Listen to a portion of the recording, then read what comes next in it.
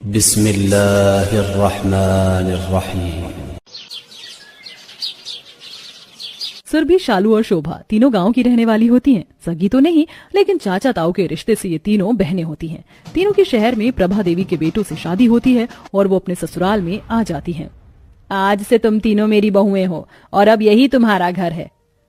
अम्मा जी, आप बोल तो ऐसे रही हैं जैसे हम कौन बुड़बक नजर आते हैं आपको। हर शादी की है आपके बिटवा से हम तीनों ने, तो हम आपकी बहुरिया ही तो हुए ना, और ये नाते अब आपका घर हमार घर भी होगा ना। बहू, अगर तेरा बीच में बोलना खत्म हो गया हो तो मैं जो बोल रही हूँ वो तुम तीनों ध्यान से सुन लो। कहिए अम्मा जी। शहर में मेरी काफी इज्जत है, यहाँ मेरी कुछ सहेलियां भी आती रहती हैं, तो तुम तीनों कोई गड़बड़ मत करना कि कहीं तुम्हारी वजह से मेरी नाक कट जाए। प्रभा काफी सख्त होती है, लेकिन प्रभा अभी इस बात से बिल्कुल अनजान होती है कि उसकी बहुएं कोई ऐसी वैसी नहीं है, बल्कि गांव की जुगाड़ू बहुएं हैं। ऐसे ही एक बार प्रभा अपनी तीनों बहुओं के पास जाती है और उनसे कहती है, आज मेरी कुछ सहेलियां घर आ रही हैं तुम्हारे हाथ का खाना खाने और तुमसे मिलने भी। उक्का है ना अम्मा जी, शादी के बाद तो हमको बिल्कुल सेलिब्रिटी जैसा महसूस हो रहा है। बहू, वो सेलिब्रिटी नहीं सेलिब्रिटी होता है, और तुझे ऐसा महसूस क्यों हो रहा है? तूने ऐसा क्या किया?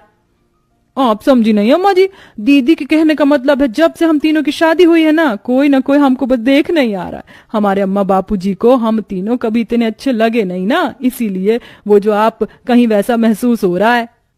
अच्छा ठीक है, तुम तीनों खाने की तैयारी करो, खाने में कोई कमी नहीं रहनी चाहिए, खास लोग हैं वो मेरे। अपनी सास की बात सुनकर तीनों बहुएं रसोई में खाना बनाने चली जाती हैं।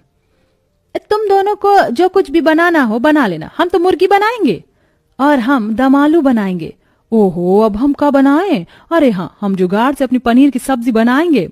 तीनों खाना बनाने लगती हैं। कुछ देर बाद खाना तैयार हो जाता है और प्रभा की सहेली उर्वशी आ जाती है। काफी बात करने के बाद सब लोग खाना खाने बैठते हैं। हमारा नाम सुरभि है और हम बनाए हैं मुर्गी। हमारा नाम शालू है और हम आपके लिए बनाए हैं दम आलू। शोभा बहू, तूने कहीं चोखा तो नहीं बनाया ना फिर? अरे नहीं अम्मा जी, हम तो बनाए हैं पनीर। अरे प्रभा, तेरी बहुएं तो कुछ ज्यादा अतरंगी हैं, लेकिन कुछ भी कहो है तो बढ़िया।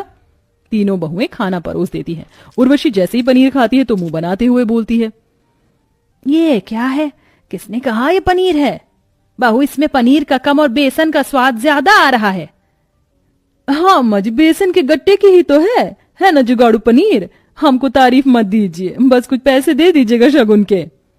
अरे प्रभा, तेरी बहुएं पागल है, पनीर बोल के बेसन खिला दिया। मुझे एलर्जी है, हे भगवान बचा लो मुझे। उर्वशी तुरंत वहां से चली जाती है। सब देखकर प्रभा को बहुत गुस्सा आता है। मैंने तुम तीनों को पहले ही कहा था कि कुछ भी ऐसा वैसा मत करना, लेकिन अक्ल कहाँ है? अक्ल की जगह तो बेसन के गट्टे ही हैं। इसी तरह प्रभा की तीनों बहुएं आए दिन कोई ना कोई जुगाड़ करके अपनी सास का खून जलाती रहती हैं। कुछ दिनों बाद सुरभि घड़ी की तरफ देखती है। अरे, घड़ी तो रुकी हुई है, लगता है खराब हो गई है। कोई बात नहीं, अब घड़ी खराब हो गई है तो फेंकेंगे थोड़ी हम। चलो सुरभि, तुम लगाओ कोई जुगाड़।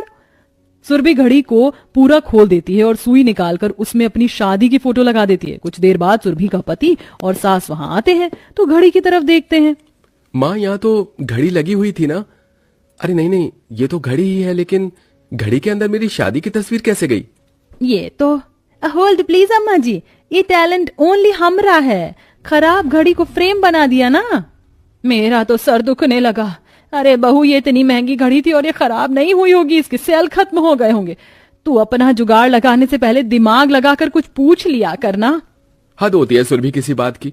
हमारे घर में हर चीज बहुत महंगी है, लेकिन जब से तुम तीनों बहनें आई हो ना शादी करके, महंगी और सस्ती में फर्क करना मुश्किल हो गया है। रोज की डांट, घर वालों के तानों के बाद भी तीनों बहुओं के जुगाड़ की गाड़ी धीमी नहीं हुई थी। कुछ दिनों बाद पूरा परिवार पड़ोस के घर में हो रहे फंक्शन में जाता है।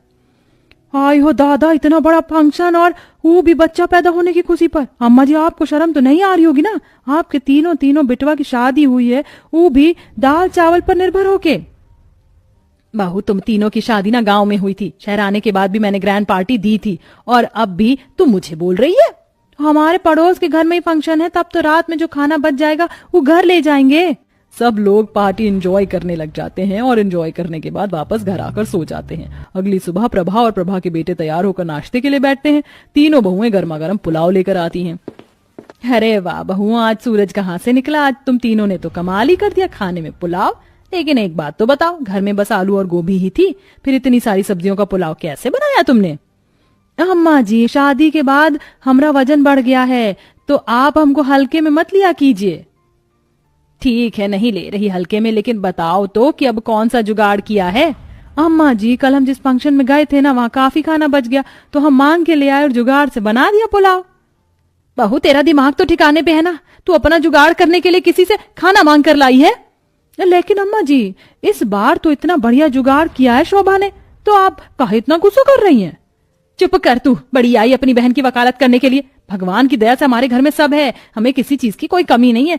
आसपास के लोगों में इतनी अच्छी इज्जत है, लेकिन वो इज्जत भी तुम तार तार करने पर लगी हो। अपने जुगाड़ के चलते किसी दिन तुम अपने मायके में मिलोगी। समझा रही हूँ बहुत प्यार से, जुगाड़ करना बंद कर दो।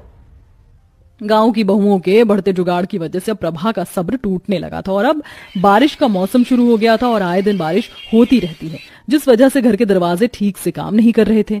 घर के दरवाजे कितने महंगे, लेकिन बरसात की वजह से सब सील रहे हैं, ठीक से बंद भी नहीं होता है। अरे दीदी, हम जो गांव में करते थे वो करते हैं ना, मशीन का तेल डाल देते हैं, इससे दरवाजा ठीक से खुलेगा भी और बंद भी हो जाएगा। लेकिन अम्मा जी को पता चला कि फिर हम कौन जुगाड़ करे हैं, तब तो फिर हमें मायके से ससुराल आने के लिए जुगाड़ करना पड़ेगा। बात तो सही कह रही है शोभा, लेकिन ये समस्या भी बड़ी है ना, बाथरूम का दरवाजा भी ठीक से बंद नहीं हो पाता। एक काम करते हैं दीदी, राम का नाम लेकर जुगाड़ करते हैं, जो होगा देखा जाएगा। तीनों बहुएं फिर से मिलकर अब हर दरवाजे पर मशीन का तेल डाल देती हैं। प्रभा की जब नींद खुलती है और वो अपने कमरे से दरवाजा खोलकर बाहर आती है, तो उसका दरवाजा ठीक से काम कर रहा होता है। अरे, ये दरवाजा तो बिल्कुल ठीक हो गया। प्रभा जाकर सबके साथ बैठ जाती है। आज तो कमाल ही हो गया, मेरे कमरे का दरवाजा तो बिल्कुल ठीक हो गया। पहले हर बार इसी टाइम बुलवाना पड़ता था दरवाजे वाले को, वो ठीक करके जाता था। अम्मा जी, ये कोई कमाल नहीं, बल्कि ये आपकी गांव की बहुओं का ही जुगाड़ है। क्या मतलब? ये दरवाजा तुम्हारे किसी जुगाड़ से ठीक हुआ है? और नहीं तो क्या, बरसात में अक्सर दरवाजा टाइट हो जाता है, तो जुगाड़ के लिए हम उसमें मशीन का तेल डालते हैं, जिससे वो बिल्कुल ठीक हो जाता है। अम्मा जी, अभी तक आप तारीफ कर रही थी, अब हमको सुनाने मत लगना कि काहे हमने जुगाड़ किया। बहू, माना कि मैं थोड़ी सख्त मिजाज की हूँ, लेकिन इतनी भी नहीं। तुम लोगों का आज जुगाड़ ठीक था तो मुझे क्यों परेशानी होगी, लेकिन इसका मतलब ये नहीं कि तुम फिर काम कम और जुगाड़ ज्यादा करने लग जाओ। ओहो, धन्य भाग हमारे। अरे अम्मा जी, हम तीनों कान तरस गए थे आपके मुंह से तारीफ सुनने के लिए। आज तो आप हम तीनों का दिन बना दियो। तीनों बहुएं अब और भी ज्यादा खुश हो गई थीं, क्योंकि अब उन्हें तारीफ जो मिल गई थी। ऐसे ही दिन निकल रहे थे। एक शाम अमन की कमर में बहुत ज्यादा दर्द हो रहा था। माँ, मेरी तो कमर का दर्द रुक ही नहीं रहा। ऐसा लग रहा है कि मैं कहीं दर्द से ही न मर जाऊं। तू चिंता मत कर, अभी हम डॉक्टर के पास चलते हैं, दवाई लेगा तो ठीक हो जाएगा। माँ, मैं पहले ही डॉक्टर को दिखा चुका हूँ, लेकिन दवाई का भी कोई असर नहीं हो रहा है। अरे पहले बताना चाहिए था ना आपको। हमारी बहन है शालू, वो उल्टी पैदा हुई थी, अभी उसकी एक लात खा लीजिए, सारा दर्द गायब हो जाएगा। बहू, अभी तू जुगाड़ मत ही दे, देख रही है ना मेरे बेटे की हालत। सुरभि अपनी सास की बात को अनसुना करके अपनी बहन को बुला लेती है और वहाँ पूरा परिवार ही जमा हो जाता है। नहीं बहू, कोई लात नहीं मारेगा मेरे बेटे को। अम्मा जी, आप बहुत चिंता करती हैं, थोड़ा धीरज रखिए। शालू अपने जेठ जी को एक जोरदार लात मारती है। अमन बहुत जोर से चिल्लाता है, मेरी कमर। ये भगवान, मेरा बेटा। बहू, अगर मेरे बेटे को कुछ भी हुआ ना, मैं तुम तीनों को ही नहीं छोड़ने वाली। अरे नहीं माँ, पता नहीं क्यों पहले से कम दर्द लग रहा है। हमारे जुगाड़ के साथ साथ ये देसी नुस्खा भी है। मुझे नहीं पता था बहू कि तुम तीनों के जुगाड़ की कभी मैं इतनी तारीफ भी करूंगी, लेकिन वाकई आज तो तुम तीनों ने कुछ अलग किया है। इसी के साथ अंत में प्रभा कुछ अपनी बहुओं के जुगाड़ की आदत डालती है और उसकी तीनों बहुएं कुछ अपनी सास के रंग में ढलती हैं। हम तो भाई जैसे हैं वैसे रहेंगे, हम तो बिल्ली का रास्ता काटने पर रुक जाते हैं, ततैया काट जाए तो चाबी घिस कर लगाते हैं। हम हैं जुगाड़ू बहू। तो आप लोग हमका कमेंट में बताइए कि आपको ये कहानी कैसन लगी।